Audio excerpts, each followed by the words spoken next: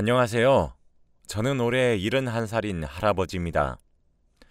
얼마 전 저에게 아주 기막힌 일이 생겨서 이렇게 글을 남겨요. 로또 1등 당첨된 것보다 더욱 기적 같은 일이고 어떻게 이런 일이 생길 수 있는지 지금 생각해도 정말 눈물이 차오르네요. 저는 택시기사 일을 하고 있습니다. 직장을 다니다가 정년퇴직을 하고 아내를 위해서 택시기사를 하며 돈을 벌고 있죠. 사실 저와 아내의 과거는 아픈 추억이 있어요. 한 40년 전이었죠. 저희 동네는 워낙 시골이라 사는 사람도 많이 없었고 버스도 하루에 3대밖에 안 다니는 그런 곳이었어요.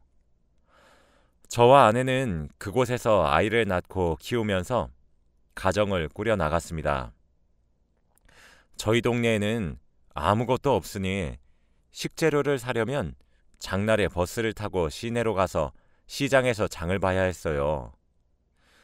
아이가 어렸을 때에는 갓난아기를 데리고 나가기도 힘들어서 저 혼자 가서 물건을 사온다든지 했는데 아이가 5살이 되었을 때 아이에게 시장 구경도 시켜주고 싶고 아내도 오랜만에 시장에 가고 싶다고 하길래 데리고 나갔습니다. 딸은 5살이 되어서 버스를 처음 탔고 울 줄 알았던 딸은 울지 않더라고요. 다른 할머니, 할아버지들도 저희 딸 보고 어쩜 이렇게 예쁘냐고 귀여워하셨죠. 딸은 시장에 가는 내내 울거나 보채지 않았고 시장에 도착해서 많은 사람들이 있는데도 전혀 울지 않았습니다. 딸은 기분이 좋아 보였고 아장아장 걷는데 그렇게 귀여울 수가 없었죠. 시내에 있는 시장은 장날에만 열려서 사람들이 엄청 많은데 우리 딸은 태어나서 그렇게 사람이 많은 것을 처음 봤지만 당황하지 않더군요. 저희는 혹시나 딸을 잃을까봐 안고 다니고 싶었는데 딸은 걸어서 가고 싶다고 고집을 피우더라고요. 안으면 울길래 위험하다고 해도 끝까지 고집을 피웠습니다. 시장은 걸을 수도 없을 만큼 인파가 몰려 있었고 잘못하다간 딸이 다칠 것 같았지만 딸의 고집을 꺾을 수 없었고 손을 잡고 있으니 이 손만 놓지 않으면 괜찮을 줄 알았죠. 그래서 딸은 양손을 저와 아내의 손에 하나씩 잡았고 같이 걸으면서 장을 봤습니다. 아내는 딸을 본다고 매일 집에만 있었는데 오랜만에 바깥 구경을 해서 기분이 좋아 보였고 저도 매일 혼자 오던 시장을 딸과 아내와 오니까 너무 기쁘더라고요. 딸이 먹고 싶다고 하는 건 다 사주고 딸이 갖고 싶다고 하는 것도 다 사주었어요. 그리고 시장에서 살 걸 다 사고 집으로 가기 위해 시장 출구 쪽으로 가는데 사람이 엄청 많은 겁니다. 정말 발 디딜 틈도 없었고 사람들이 가는 대로 이끌려갈 정도로 사람이 가득했어요. 그래서 얼른 나가고 싶었는데 갑자기 딸이 길거리에 파는 호떡을 사달라고 하더군요. 사람이 너무 많아서 그 호떡을 사려면 멈춰서 사야 하는데 그러기에는 뒤에도 사람이 가득했어서 다칠까봐 무서웠어요. 그런데 딸은 호떡을 사달라고 칭얼댔고 결국 사기 위해서 호떡 가게 앞에 멈춰 섰습니다. 아내는 왜 사주냐면서 저를 혼냈는데 아빠가 딸의 부탁을 거절할 수 있겠습니까? 아내는 먼저 나가 있겠다고 화를 내면서 시장 출구 쪽으로 나갔고 저는 멈춰서 가게 주인분께 호떡 하나만 맛있게 구워달라고 했죠. 그렇게 호떡이 나오고 돈을 주기 위해 주머니에서 지갑을 꺼내려면 딸의 손을 놓아야 했습니다. 딸의 손을 잡고 있던 손을 놓고 지갑에서 돈을 꺼내서 드린 후 다시 딸의 손을 잡으려고 왼쪽을 봤는데 1초 전까지만 해도 있던 딸이 없는 겁니다. 저는 너무 놀라서 바다야, 바다야라고 불렀지만 딸은 대답이 없었고 사람이 너무 많아서 찾으러 다니기도 힘들었죠. 호떡을 든 채로 딸을 사방팔방으로 찾아다녔는데 딸은 보이지 않았고 시장분들께 혹시 우리 딸 봤냐고 물어보아도 다들 모른다고 하셨어요. 제 생각으로는 딸은 많은 사람들에게 치여서 사라진 것 같았습니다. 아내는 저와 딸이 계속 기다려도 오지 않으니 화가 났지만 사람이 너무 많아서 다시 시장으로 들어가기에는 무리가 있었고 저희는 휴대폰도 없으니 마냥 기다릴 수밖에 없었어요. 그렇게 거의 해가 져갈 때까지 저는 딸을 찾아다녔지만 찾을 수 없었고 그때는 시장도 점점 정리해가는 분위기라 사람도 별로 없었어요. 아내는 몇 시간 동안 기다리다가 제가 오지 않으니 다시 시장으로 들어와서 왜 안 왔냐고 소리를 질러댔고 저는 거의 울 듯한 표정으로 바다가 없어 라고 말을 했죠. 아내는 저의 말을 듣고 갑자기 화를 내던 표정은 사라지고 무서움으로 가득한 얼굴을 하고는 시장 한가운데에서 주저앉았습니다. 저는 아내에게 미안하다고 했고 어떻게 된 일인지 설명했어요. 아내는 너무 많이 놀란 것 같았고 저는 우선 경찰서에 가자고 했습니다. 경찰서는 다행히 시장 근처에 있어서 바다가 없어졌다고 실종 신고를 하고 막차가 끊길 시간이라 경찰관분이 저희 집까지 데려다 주셨어요. 저희는 몇 시간 동안 바다가 저희 눈에 없으니 너무 두려웠고 혹시나 잘못되었을까봐 겁이 나더라고요. 그리고 무엇보다 제가 지갑을 꺼내기 위해 바다를 잡고 있던 손을 놓은 게 너무 후회되었습니다. 저와 아내는 집 가는 내내 아무 말도 나누지 않았고 서로의 생각에 잠겨서 바다 걱정을 하고 있었지요. 경찰관분들은 바다를 찾으면 연락을 드린다고 했고 저희는 집에서 마냥 기다리는 일밖에 할 수 있는 게 없었어요.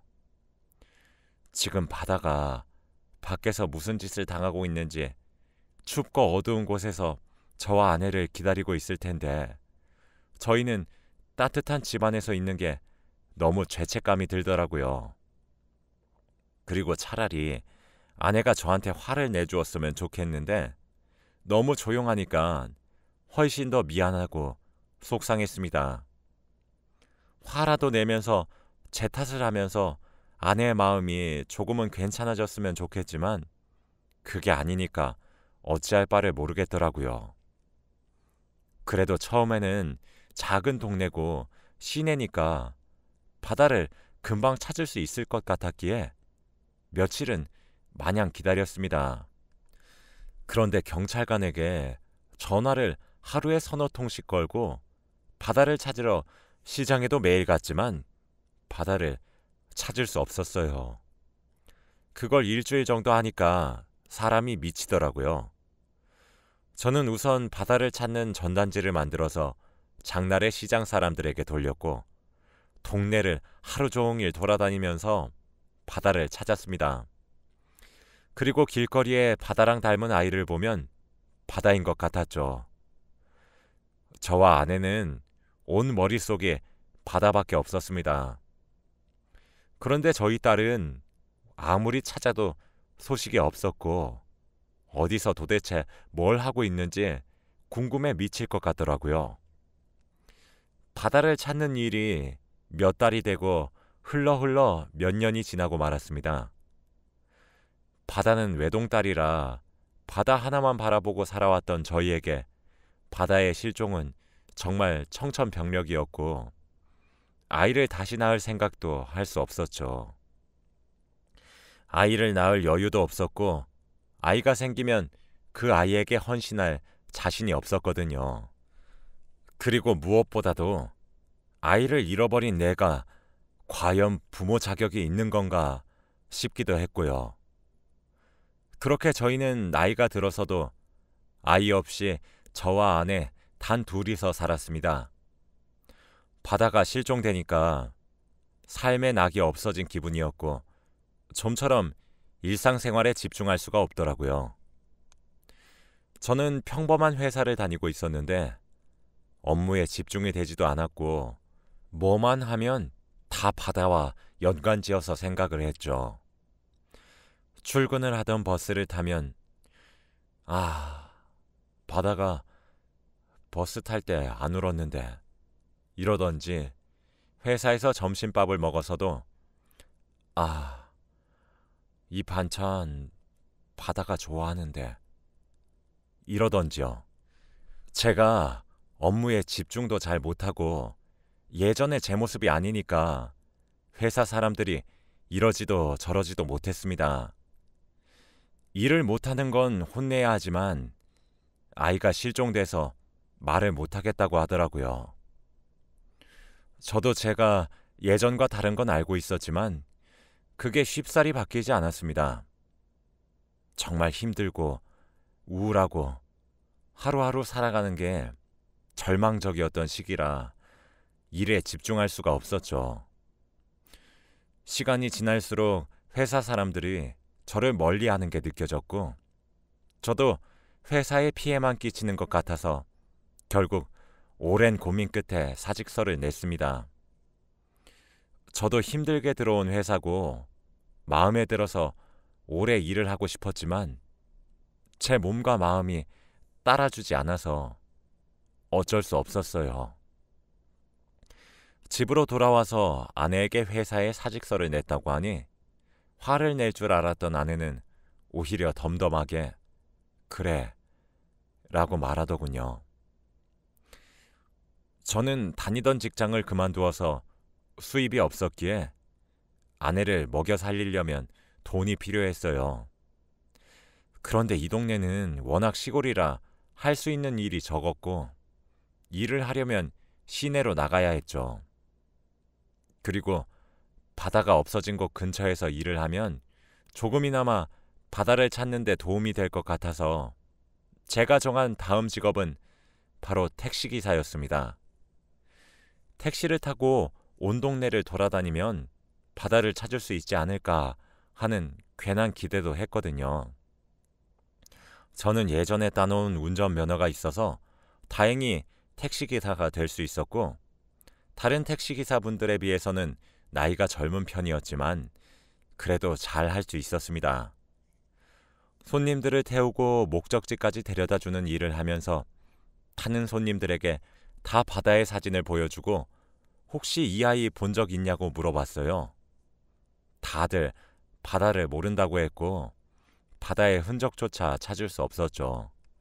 그렇게 몇십 년을 택시기사로 살았습니다. 점점 5살 때 바다의 얼굴이 머릿속에서 사라져가는 것 같았고 아이를 찾는 일도 포기해야 했죠. 다른 분들도 처음에는 금방 찾을 수 있을 거라고 했지만 몇십 년 동안 5살 때 잃어버린 아이를 못 찾고 있으니 포기하라고 하더라고요. 솔직히 가망이 없는 건 알지만 그래도 죽었는지 살았는지는 알고 싶었습니다. 그리고 시간이 지나서 바다를 잃어버렸던 시장도 문을 닫고 새로운 건물이 들어섰고 그 동네는 재개발이 되어서 많은 아파트와 상가가 세워졌죠. 저는 택시기사를 하면서 많은 손님을 태웠고 이야기도 많이 들었습니다. 정말 세상에는 다양한 사람들이 존재하고 나보다 더 큰 슬픔을 가진 사람도 많다는 걸 깨닫게 되었죠. 저는 항상 똑같은 곳에서 운전을 하는 게 아니라 거의 전국적으로 손님들을 태워서 다니는데 어느 날은 한 여자가 제 택시에 타더라고요. 그런데 완전 죽어가는 목소리를 하고 한 대학병원으로 가달라고 했습니다. 눈 밑에는 다크서클이 내려가 있었고 몸은 너무 말랐더라고요. 나이는 좀 있어 보였는데 딱 그 여자를 보면서 아이고, 우리 딸도 지금쯤 손님 나이가 됐을 텐데 라고 말을 해버리고 말았어요. 머릿속으로 혼자 생각하려고 했던 말인데 저도 모르게 입 밖으로 튀어나오고 말았죠. 그런데 손님은 당황하시지도 않고 슬픈 눈으로 창밖만 바라보더라고요. 저는 원래 손님들한테 말도 잘 걸고 재밌는 이야기도 많이 하는데 왠지 모르게 그 손님에게는 아픈 사연이 있을 것 같아서 아무 말도 못 걸었습니다. 그런데 대학병원까지 가는 시간은 1시간이 넘게 걸렸고 그동안 아무 말을 하지 않기에는 입이 너무 근질근질 거리는 겁니다. 그래서 저는 병원은 무슨 일로 가세요? 어디 많이 아프세요? 라고 말을 겨우 꺼냈어요. 그런데 그 여자의 말은 충격적이었습니다. 제가 간경화래요. 그 여자의 안색이 좋지 않아 보이는 게 바로 간경화 때문이라고 했습니다. 간경화? 그거 가족들이 간이식 해주면 되는 거 아니에요? 그렇긴 한데 가족이 없어요. 이 여자에게는 왜 이렇게 불쌍한 일밖에 없는 걸까요? 아픈 것으로도 모자라 옆에서 치료해줄 가족까지 없다고 했습니다. 그래서 묵묵하게 죽는 날을 기다리는 게 이 여자가 할 일이라고 했죠. 전 혼자서 에휴, 딱한 것 하면서 마음 아파하고 있었습니다. 아저씨도 아까 말씀하시는 거 보니까 딸이 없으세요? 네. 몇십 년 전에 잃어버렸어요. 저는 그 여자와 만난 지 30분도 안 되었지만 속에 있는 모든 모습을 다 보여주었습니다. 제가 어디 가서 아이를 잃어버린 일을 절대 말하지 않는데 왠지 모르게 그 여자는 편안했고 안정이더라고요. 계속 이야기를 하면서 그 여자에 대해 들어보니 인생이 너무 딱했습니다. 그 여자가 부모님이 없는 이유가 어렸을 때 아빠가 자기를 버렸다고 했고 찾으러 올 줄 알았는데 못 찾았다고 했거든요. 그렇게 다른 집 딸로 입양되었고 친부모가 아니니까 간이식을 안 해준다고 했대요. 그래서 집도 나왔고 혼자 방황을 하면서 친부모를 찾아볼까도 했지만 자기를 버린 부모들인데 자신을 반갑게 받아주지 않을 것 같아서 아무데도 가지 못하고 혼자서 죽는 날만을 기다리고 있다고 했습니다. 벌써부터 어린 친구에게 이런 시련과 고난이 있는 걸 보니까 제가 다 슬프더라고요. 그날따라 딸이 너무 생각이 나면서 그 여자를 위해서 내가 해줄 수 있는 건 없는지 생각을 했습니다. 그때 마침 병원에 도착했고 그 여자가 돈을 건네는데 저 돈 받지 않을게요. 천천히 병원 갔다가 오세요. 제가 여기서 기다리고 있을게요. 라고 했습니다. 솔직히 먼 거리를 오긴 했지만 그 여자한테서는 돈을 받으면 안 되겠더라고요. 그 여자는 괜찮다고 했지만 저는 고집을 피웠고 그 여자는 알겠다고 하면서 병원으로 향했습니다. 약 1시간 뒤에 병원에서 나오는 그 여자를 다시 보았고 저는 다시 택시를 태워서 집으로 보내주었죠. 근데 집으로 가는 길에 아주 충격적인 걸 봤습니다. 바로 그 여자의 이름이었어요. 그 여자는 병원에서 받은 검진 결과 종이를 저에게 보여주면서 아저씨, 저 어떡해요? 라고 말을 하더라고요. 그런데 거기에 쓰여진 이름은 바로 제 딸 이름인 바다였습니다. 근데 성도 같았어요. 너무 놀라서 그쪽 이름이 바다예요? 네, 근데 저 버렸던 부모님이 바다처럼 넓고 끝이 없는 사람이 되라고 지어주신 이름이에요. 저는 순간 차를 갓길에 세워서 멈춰 섰습니다. 제가 제 딸 이름을 지어준 이유와 똑같았거든요. 바다라는 이름이 원래 흔한 이름이 아니기도 하고 어릴 때 부모님을 잃은 기억도 저희 딸 입장에서는 그렇게 느껴질 수도 있겠다 생각했어요. 저는 혹시나 싶어서 아빠를 마지막으로 어디서 봤냐고 물으니 시장이요 라고 말을 하는 겁니다. 저는 두 손이 벌벌벌 떨린 채로 바다야 라고 하며 손을 잡았어요. 바다도 제가 울면서 손을 잡으니 아빠인 걸 눈치챘는지 울더라고요. 저는 그날 몇십 년 만에 우리 딸 바다를 찾았습니다. 저는 바로 택시를 이끌고 집으로 가서 아내에게 바다를 소개시켜줬어요. 그런데 아내는 바다를 보자마자 딸인 걸 알았고 같이 셋이서 울었죠. 정말 이게 꿈인지 현실인지 분간이 되지 않았어요.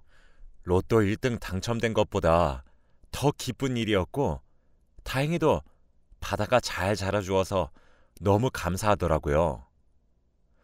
그런데 하나 걸리는 게 바로 바다의 간 경화였습니다.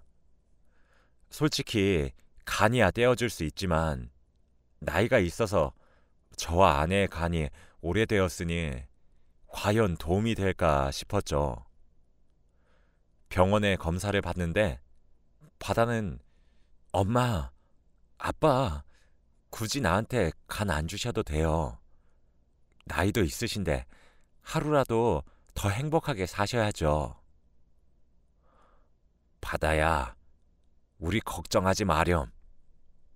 우리 가족 중에서 네 건강이 제일 중요해. 저는 바다에게 저의 모든 걸 다 줄 수 있었습니다. 검사 결과를 보니 제 아내는 술을 너무 많이 먹어서 안 된다고 했지만 다행히 저는 술, 담배 아무것도 안 해서 저만 간 이식이 괜찮다고 하더라고요. 최대한 빨리 수술 날짜를 잡고 수술 당일날 저는 바다와 함께 두 손을 꼭 잡고 수술실로 같이 들어갔습니다. 수술이 끝난 후 제 옆에서 자고 있는 딸을 보니까 이게 꿈이 아니구나 싶더라고요. 포기하다시피 몇십 년을 살았는데 떡하니 우리 딸이 살아있다니요. 자랑스럽고 대견했습니다. 저와 딸 그리고 아내 셋은 그날부터 행복할 날들만 남았어요. 회복이 끝나고 집으로 돌아와서 오랜만에 식탁에 앉아 셋이서 밥을 먹는데 너무 행복하더라고요. 드디어 제대로 가족을 일군 것 같았습니다. 바다를 입양해 주시고 키워주신 분들에게 당연히 감사 인사를 전해드렸고 정식으로 바다를 저희 딸로 데리고 왔습니다. 앞으로 이제 저의 모든 것을 저희 딸에게 바치도록 할게요. 정말 세상에는 대단한 일이 많은 것 같네요. 혹시 주위에 저와 비슷한 아픔을 겪고 있는 사람들을 본다면 꼭 제 이야기를 해주세요. 저의 이야기는 여기까지입니다. 들어주셔서 감사합니다.